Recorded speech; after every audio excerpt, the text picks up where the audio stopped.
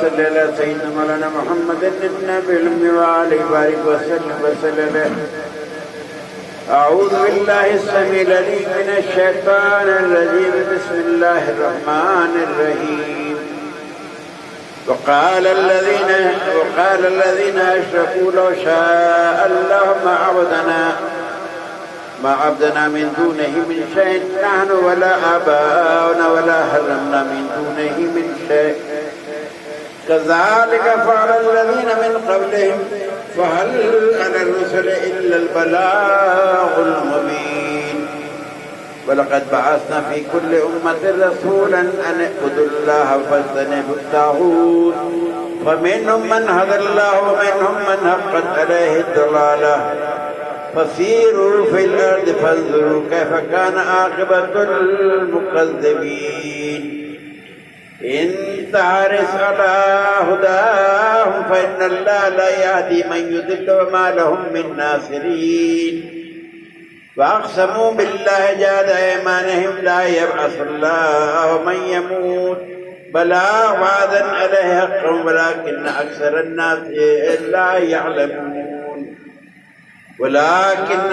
الناس لا يعلمون ليبين لهم الذي يختلفون فيه وليعلم الذين كفروا أنهم كانوا كاذبين. إنما قولنا لشيء إذا أردناه أن نقول له كن فيكون. صدق الله العلي العظيم وصدق رسوله الكريم. قال الله تعالى في شأن حبيبه إن الله وملائكته يصلون على النبي يا أيها الذين آمنوا صلوا عليه وسلموا تسليما. اللهم صل على سيدنا مولانا محمد النبي الأمي وآله بارك وسلم. قرآن مجید فرقان امین 14واں پارہ سورہ نحل کی آیات مبارکہ تلاوت کی. رب کریم عظیم فرما رہا ہے وقال الذین اشرکوا لو شاء اللہ ما عبدنا من دونه من شيء نحن ولا آباؤنا ولا حرمنا من دونه من شيء. اور مشرکین نے کہا اگر اللہ چاہتا تو ہم اس کے سوا کسی اور کی عبادت نہ کرتے، نہ ہم نہ ہمارے باپ دادا اور نہ ہم اس کے حکم کے بغیر کسی چیز کو حرام کہتے.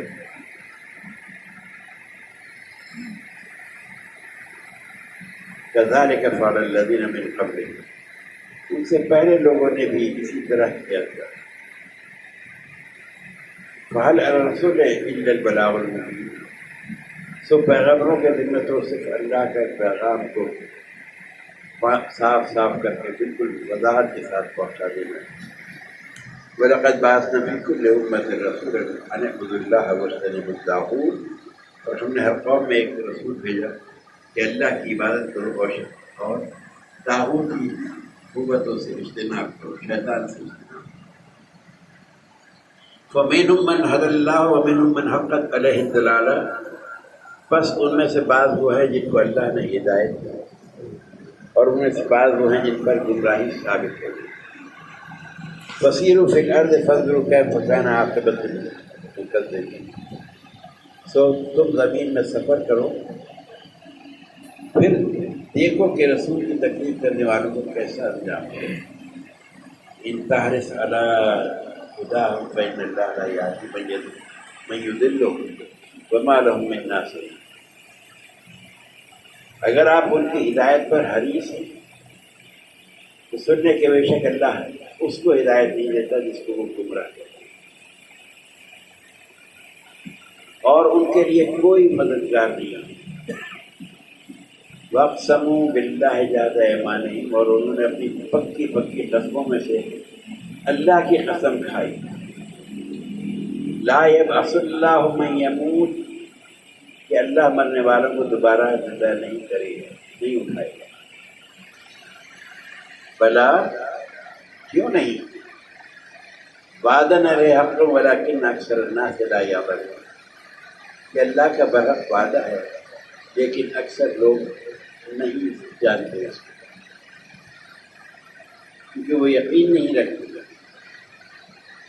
لِيُبَيِّنَ لَهُمُ الَّذِي يَخْتَلِفُونَ فِيهِ وَلِيَعْلَمَ الَّذِينَ كَفَرُوا أَنَّهُمْ كَانُوا كَاذِبِينَ, تاکہ وہ ان پر اس حقیقت کو کھول دیں جس میں وہ اختلاف کرتے ہیں, اور اس لیے کہ کفار جاننے کہ وہ جھوٹے تھے. انما قولنا لشيء اذا اردناه ان نقول له كن فيكون, اور ہم جس چیز کا ارادہ کرتے ہیں آخر میں حاصل کلام اللہ کہہ رہا ہے, اور ہم جس چیز کا ارادہ کرتے ہیں تو اس کے متعلق ہمیں صرف یہ کہنا ہوتا ہے کن فیکون, ہو جا, اور وہ ہو جاتی ہے. اس کے علاوہ کوئی بیٹھ کے آٹا نہیں بنانا ہوتا ہے, کوئی بلڈنگ نہیں بنانی ہوتی, صرف کہتا ہے کن تو وہ چیز واقع ہو جاتی ہے.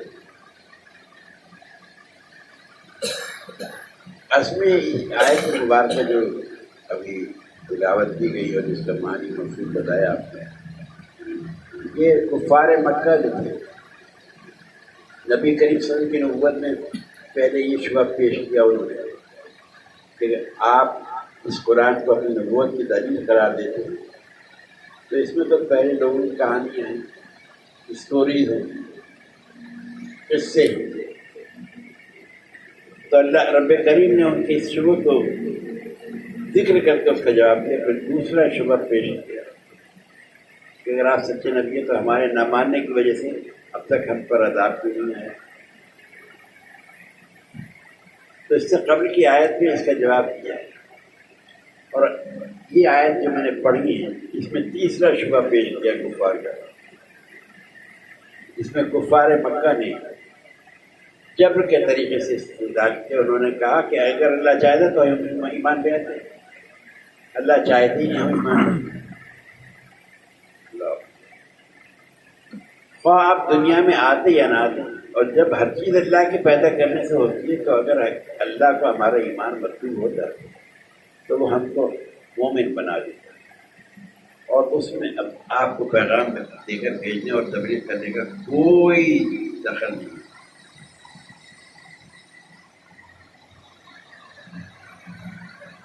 ان کے اس اعتراض کا جواب قرآن مجید میں سورہ انعام میں آتا ہے.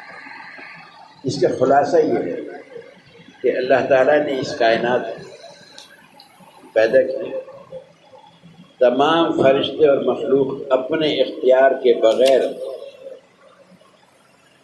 جبراً اللہ کی اطاعت کرتے ہیں. اس کا اپنا اختیار نہیں ہے کہ وہ اللہ کی اطاعت کرے, اس سے حکم ہے تو وہ کرتی ہے, وہ حکم سے روگردانی نہیں کر سکتا. وجود انسان اور جنات کی, یعنی ہم اور اجنات کی قوم ایسی ہے اس کے علاوہ. اور اللہ کی حکمت یہ تھی کہ انسان اور جن اپنے اختیار سے اللہ کی عبادت کریں. اس کی حکمت ہی یہ تھی.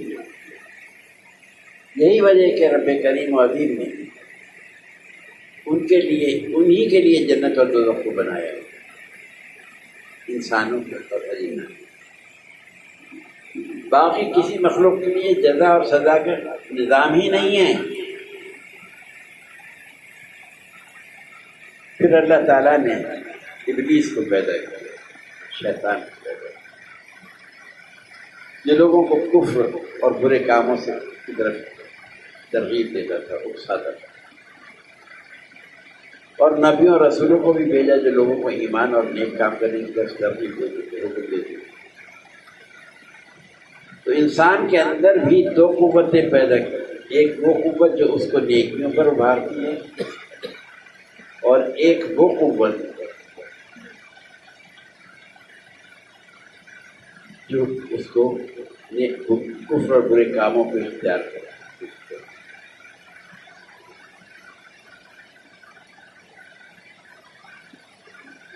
کیونکہ وہی ہر چیز کا رب کریم عظیم جو ہے وہ خالق ہے, پیدا کرنے والا ہے.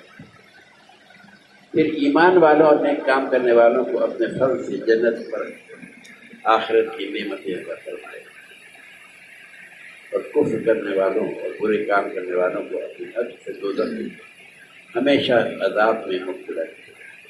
یہاں ایک بات میں عرض کر دوں گا، بس سبھی نے تذکر آ گئی اور بات مناسب ہے۔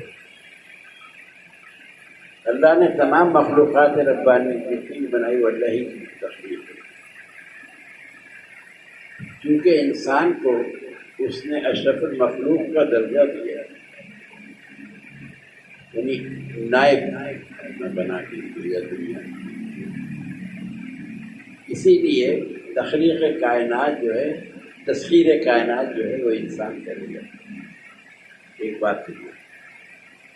دوسرے یہ جب اس نے پیدا کیا انسان کو، اور جب وہ کھنکتی ہوئی بجری کی طرح جو قطرہ تھا مٹی گارے کا، جسے ذکر قرآن میں بے جگہ کئی جگہ بیان فرمایا ہے، اس کے بعد کہتا ہے کہ جب وہ قطرہ رحم میں ٹھہرتا ہے تو فرماتا ہے وَنَفَخْتُ مِن رُوحِی، اور پھر میں نے اس میں اپنی روح دی۔ تو جو انسان دنیا میں تخلیق پاتا ہے، اللہ تعالیٰ اس کے اندر اپنی روح پھونکتا ہے۔ روح پھونکنے کا مقصد اگر آپ غور کریں تو یہ ہے کہ وہ خدا نہیں، بخدا نہیں، مگر وہ خدا سے جدا نہیں، وہ ہے کیا، وہ کیا نہیں، یہ محب حبیب کی بات ہے۔ روح پھونک دی اور تمام اوصاف حمیدہ اپنے، ٹھیک ہے، اس نے فرمایا نا، اور وَنَفَخْتُ مِن رُوحِی، اور پھر میں نے اپنی روح پھونکی، تو تمام اوصاف حمیدہ اس نے ودیت کر دیے اس آنے والی جان کے اندر۔ اب وہ جان دنیا میں تشریف لائے، دنیا میں تشریف لانے کے بعد کوئی ہندو کے پیدا ہوا، کوئی عیسائی کے، کوئی مسلمان کے، کوئی کسی کے، کوئی کسی کے، مگر جب دنیا میں آیا، چونکہ اللہ نے اس کے اندر تمام اوصاف رکھ دیے ہیں جانچنے کے بھی، پرکھنے کے بھی، اور اس پہ عمل کرنے کے لیے۔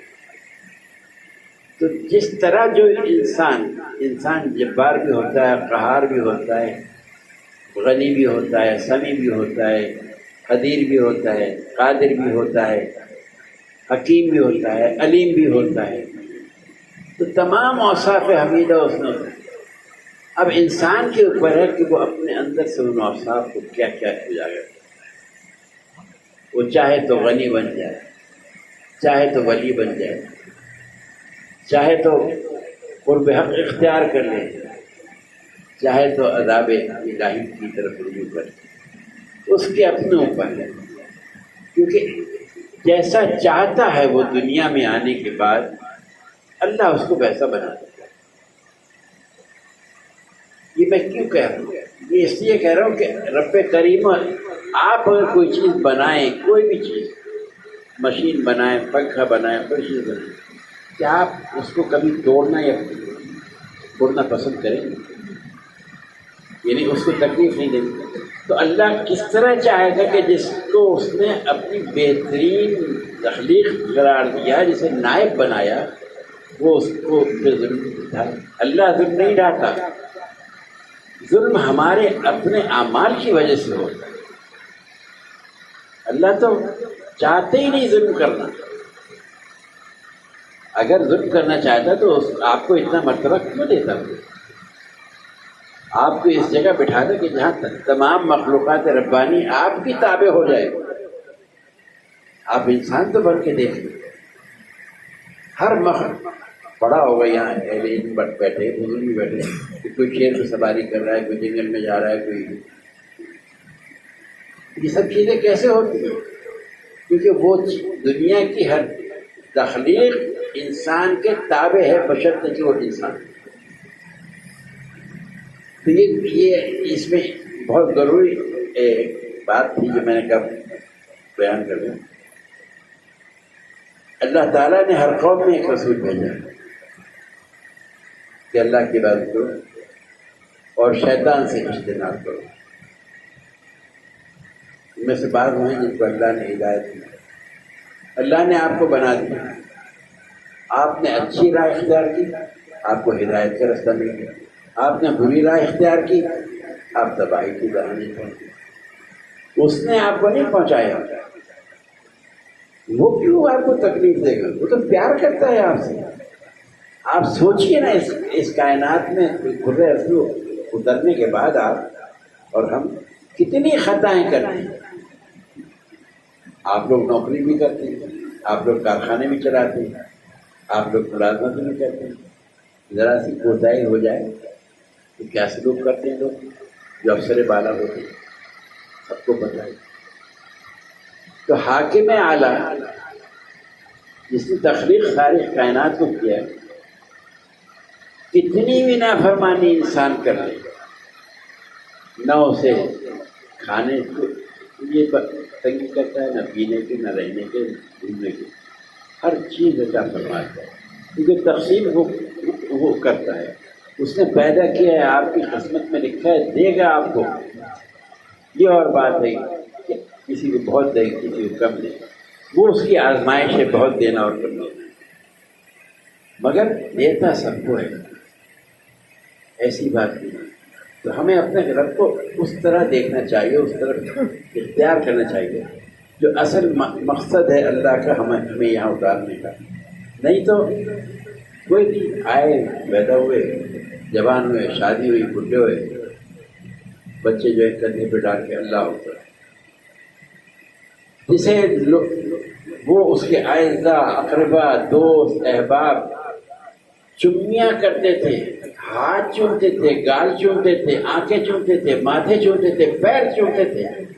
ادھر ہوا نکلی, ادھر کا جلدی مٹی پاؤ, اور جتنی جلدی ہو سکے کر دو. یہ لمحہ ہمیں اللہ کی محبت کی طرف رجوع کرنا چاہیے.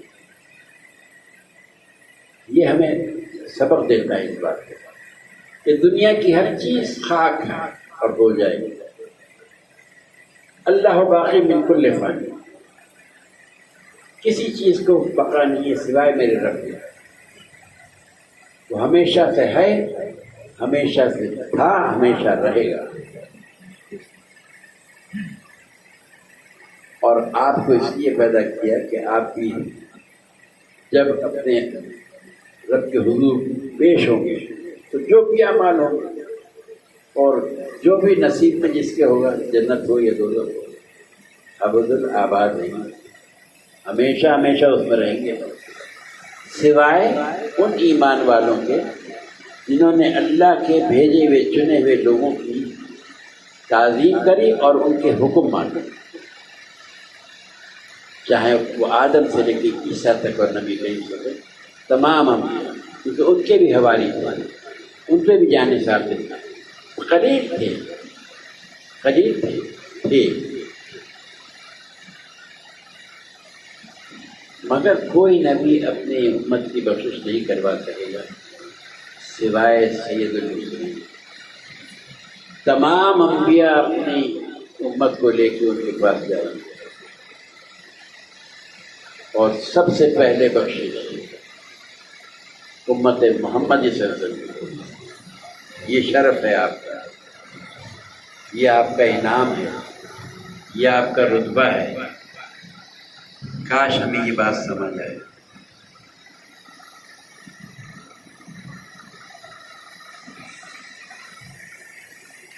کافر ایمان نہیں لا سکتے. آج بھی آپ اگر کوئی تبلیغ کرتے ہیں اور لوگ آپ کا ہنسی اڑاتے ہیں, آپ کے ساتھ مزاح کرتے ہیں, ایک تو یہ کہ یہ صریحاً گناہ کبیرہ ہے, دین کے معاملوں میں مزاح کرنا.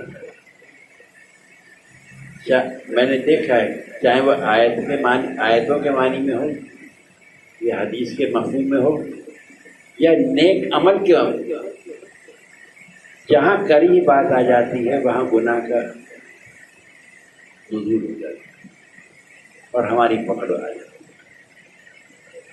نبی کریم صلی اللہ علیہ وسلم کفار کو اسلام اور ایمان لانے کی دعوت دیا کرتے تھے, بہت کوشش کرتے تھے, اس کے باوجود وہ اپنی سرکشی اور ہم درمی سے باز نہیں آتے. تو آقا نامدار کو افسوس ہوتا تھا, رنج ہوتا تھا, تکلیف ہوتی تھی کہ میں تو ان کو بھلائی کی طرف بلا رہا ہوں، یہ نہیں سن رہے۔ تو رب کریم نے آپ کو تسلی دینے کے لیے فرمایا کہ ان لوگوں نے اپنے لیے کفر اور گمراہی کو اختیار کر دیا۔ ثابت یہ ہوا کہ قرآن مجید فرقان حمید، جس کی تفسیر نبی کریم صلی اللہ علیہ وسلم کی سیرت مبارکہ ہے، اگر کہیں پڑھی جائے یا سنی جائے تو ہم پہ اس کا عمل کرنا بہت ضروری ہے، وگرنہ گمراہی ہے ہمارے نصیب۔ تو جو اللہ تعالیٰ نے ان کے لیے کفر اور گمراہی کو ہمیشہ کے لیے کر دیا، اور جب اللہ ان کے لیے کفر اور گمراہی پیدا کر چکا ہے تو وہ ہدایت کیسے پائے؟ آپ لوگ رہتے ہیں سب، ہم مسلمان ہیں، دیکھیں اپنے اعزاء میں، دوستوں میں، احباب میں کہ لوگ کیا مزاح نہیں کرتے دین کے معاملے میں؟ خدا کے واسطے نہ دین میں انتشار پیدا کرو۔ انتشار کیا ہے؟ آپ ہاتھ چھوڑ کے نماز پڑھتے ہیں، میں ہاتھ باندھ کے پڑھتا ہوں، میں وطر جو ہے 2 سلام سے پڑھتا ہوں، آپ 1 سلام سے پڑھتے ہیں۔ ہمیں ایک دوسرے پہ اعتراض نہیں کرنا چاہیے، اس لیے کہ فقہی مسائل سے نہ آپ واقف ہیں نہ میں واقف ہوں، اور جب واقفیت نہ ہو اور ہم بحث کریں تو سوائے انتشار اور گناہ کے کچھ نہیں ہوگا، کیونکہ یہ سب طریقہ کار نبی کریم صلی اللہ علیہ وسلم کے دور میں ہوئی۔ جتنے فقہائے کرام ہوئے، حضرت امام جعفر، امام باقر سے لے کے امام ابو حنیفہ، امام حنبل، امام شافعی، امام مالک، سب نے صرف ایک بات کہی کہ یہ قرآن ہے اور یہ اس کی تفسیر میں میرے آقا کا حکم ہے، یہ اختیار۔ کسی نے یہ نہیں کہا کہ میری بات کو اختیار۔ تو جو شخص آپ کو قرآن کی طرف توجہ دلائے، رسموں کی باتوں کی طرف توجہ دلائے، اس طرف آپ توجہ کریں۔ اگر کوئی بات غلط میں بھی کر رہا ہوں تو بالکل مت مانیں، بالکل مت مانیں۔ اگر بات کوئی ایسی کروں جو خدا کے اور رسول کے احکام کے خلاف ہو، تقریری اس میں نہیں، عملی زندگی میں بھی آپ اگر ایسا پائیں دیکھیں تو مجھ سے کھڑے ہو کے سوال کر سکتے ہیں کہ صاحب آپ نے ایسا کیا۔ میرا فرض ہے کہ میں اس کو جواب دوں، غلطی ہے تو غلطی کو مانوں اور اس سے بھی معافی طلب کروں، اللہ سے بھی کروں، اور جس کے ساتھ ناانصافی کی ہے اس سے بھی کروں، کیونکہ اگر میں ایسا نہیں کروں گا تو میری جان خلاصی نہیں ہوگی۔ میرے عزیزوں، پکڑ کے وہ تھوڑی دینا چاہتا ہے آپ کی طرف، اس نے تو بہانے سکھائے۔ اگر آپ کی لڑائی ہو جائے، کوئی شخص مر جائے، ٹھیک ہے مر گئی، اس کی موت آنی ہے، آپ پہ لازم ہے کہ آپ جائیں اس کی قبر پہ، دعا کریں اس مرحوم کے لیے، اور کھڑے ہو کے کہیں کہ صاحب قبر مجھے معاف کر دینا، فلاں وقت مجھ سے غلطی ہو گئی تھی تمہارے سے، میں نے بھی تمہیں معاف کیا جو تم نے آپ کا خلاص کیا، کیونکہ وہ تو اس وقت قبر کے اندر ہے، اس کے پاس چارہ نہیں ہے، آپ تو حیات میں ہیں، تو عمل آپ نے کرنا ہے، اس نے نہیں کرنا۔ وہ تو معاف کرے گا، آپ کر دے گا، چاہے زندگی میں زمین کے اوپر لاکھ دفعہ میں کبھی معاف نہیں کروں، مگر اس وقت جب آدمی شکنجے میں ہوتا ہے، کیونکہ قبر بھی ایک شکنجہ ہے، اس کے بعد ہوگا حساب کتاب آگے۔ اس شکنجے میں جو بھی جاتا ہے وہ کوئی اتنے سکون سے نہیں، بے چینی رہتی، نہ معلوم کس خطا پہ پکڑ لے، کون سی خطا ہو۔ عوام الناس جو اللہ کے لوگ ہیں وہ وہاں بیٹھ کے عبادت بھی کرتے ہیں، وہ نمازیں بھی پڑھتے ہیں، وہ امت محمدی کے لیے وہاں دعائیں بھی مانگتے ہیں۔ یاد رکھیے اللہ والے ہمیشہ اپنی قبروں میں جائیں، اپنے حبیب کی امت کے لیے دعائیں مانگتے ہیں۔ کبھی بھی کسی بات، ایک تو یہ اس میں قسم کا ذکر آیا کہ وہ لوگ قسم کھایا کرتے ہیں، میرے بزرگوں اور میرے بچوں کی عادت ہے زندگی میں چاہے آپ کی گردن اڑا دی جائے، یہ میں کہہ رہا ہوں کتاب میں، قسم رکھنا کہ قسم اعتبار کھو دیتی ہے انسان۔ آپ سچے ہیں سچے، اور کسی سے قسم لینا بھی مت، کیونکہ آپ تو سچے ہیں تو آپ سمجھیے کہ سامنے والا سچ بولے گا، اب وہ جھوٹ بولے وہ اس کا اور اللہ کا معاملہ ہے، آپ کا نہیں۔ مگر یہ قسموں کا کاروبار ہے نا، خدا کی قسم، رسول کی قسم، اماں کی قسم، ابا کی قسم، اس کو ختم کریں۔ چاہے کاروبار ہو، چاہے گھرداری ہو، چاہے دوستی ہو، چاہے کوئی بھی جگہ ہو، یہ قسموں کا کاروبار ہے۔ نقصان ہے، نقصان ہے، سراسر نقصان ہے، اور منع کر رہا ہے قسم کھانے۔ تو ہمیں یہ ان باتوں کا خیال کرنا چاہیے، اور جان لیجیے کہ اللہ کا وعدہ جو ہے برحق ہے۔ مسلمانوں میں بھی بہت سے لوگ ایسے ہیں جو ہوتے تو مسلمان ہیں، مگر اس بات کا یقین نہیں ہوتا کہ ان کو کہ اللہ کا جو وعدہ ہے وہ حق ہے، وہ ہو کے رہے گا جو اس نے کہا ہے۔ نعوذ باللہ من ذالک کہتے ہیں ارے میاں دیکھیں گے جب قیامت ہوگی معافی مانگیں، نہیں کرے گا معافی، بالکل نہیں کرے گا۔ اور جس چیز کا اللہ نے وعدہ فرما لیا ہے اس کا ہونا لازم ہے، ضروری ہے۔ اور رہا ہے کفار کے یہ شبہ، یہ مختلف اور مختلف ذرات کیسے باہم الگ الگ اور ممتاز ہوں، کیونکہ اس کے لیے کوئی مشکل کام نہیں ہے، یہی تو اس کی قدرت ہے کہ آپ کا انتقال ہوا اور آپ تدفین ہوئی کسی قبرستان میں، وہاں پتہ نہیں کتنی قبریں آباد ہوئی ہیں، کتنی چلی۔ جب ہم لوگ قبرستان جاتے ہیں کوئی نہ کوئی پرانی قبر دوبارہ بنا دی جاتی ہے، اچھا وہ مٹی پھر دیتے ہیں تو مٹی اڑتی ہے، کچھ مٹی آپ کے جوتوں میں لگتی ہے، کچھ کپڑوں میں آتی ہے، کچھ ہاتھوں میں آتی ہے، کچھ لوگ وہیں دھو لیتے ہیں پانی میں، کچھ گھر جا کے دھوتے ہیں یا مسجد میں جا کے۔ تو وہ ضرورت پہلے تھے کسی کی یہ ڈھانچے کے، وہ کہاں گئے؟ کوئی لالو کھیت پہنچا، کوئی ناز آباد پہنچا، کوئی کراچی پہنچا، اور کوئی کراچی سے چلا گیا باہر تو وہاں پہنچا۔ یہی قدرت ہے میرے مالک کی، جب وہ کہے گا کن، وہ وقت آئے گا جو اللہ نے سورہ زلزال میں فرمایا کہ اذا زلزلت الارض زلزالہا، زمین میں بھونچال آئے گا۔ تو آپ اور ہم اپنے اسی ظاہری جسمانی حیت میں، چاہے جہاز ڈوب گیا ہو، چاہے جہاز گر گیا ہو، چاہے آگ میں جل گئے ہوں، چاہے راکھ بن گئے ہوں، اٹھیں گے اسی شکل۔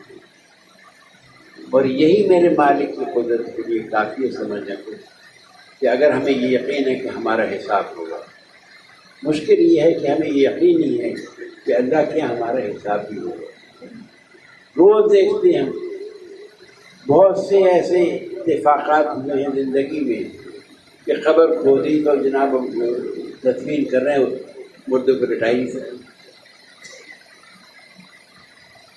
بہت مشہور واقعہ ہے غلام محمد، گورنر غلام محمد تھا یہاں پہ، گورنر جنرل پاکستان، شاید بہت سو نے سنا بھی نہ ہونا، ان کی پیدائش سے بھی پہلے کا تھا، ارلی پاکستان۔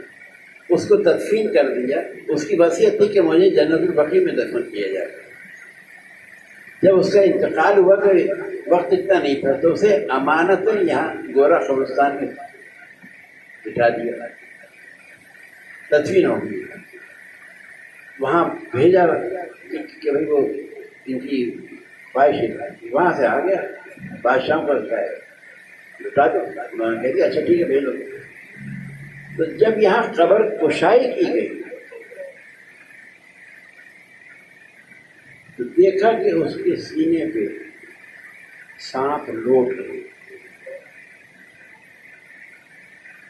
جو قبر کھولنے والے اور اس کو نکالنے کے لیے اس میں جانا چاہ رہے تھے، ایک آدمی یہ نہیں اندر جا سکا، انہوں نے ہر حربہ اختیار کر لیا، لاٹھی گولی، بالآخر اس قبر کو بند کر دیا، اور آج بھی وہ ہمارے۔ تو میرے عزیزوں، یہ تو ہمارے سامنے کا اس پاکستان کی واقعہ ہے، ہم آخر کی کیا بات کریں، کافی ہے ہمارے سمجھنے کے لیے۔ اس کتاب کا ساتھ جس نے چھوڑا اور جس نے اس سے منہ موڑا، وہ نہ دنیا کا نہ آخرت کا۔ اللہ تعالیٰ ہمیں کتاب مقدس کو سمجھنے کی اور اس پہ صحیح طریقے سے عمل کرنے کی توفیق نصیب فرمائے۔ وما علینا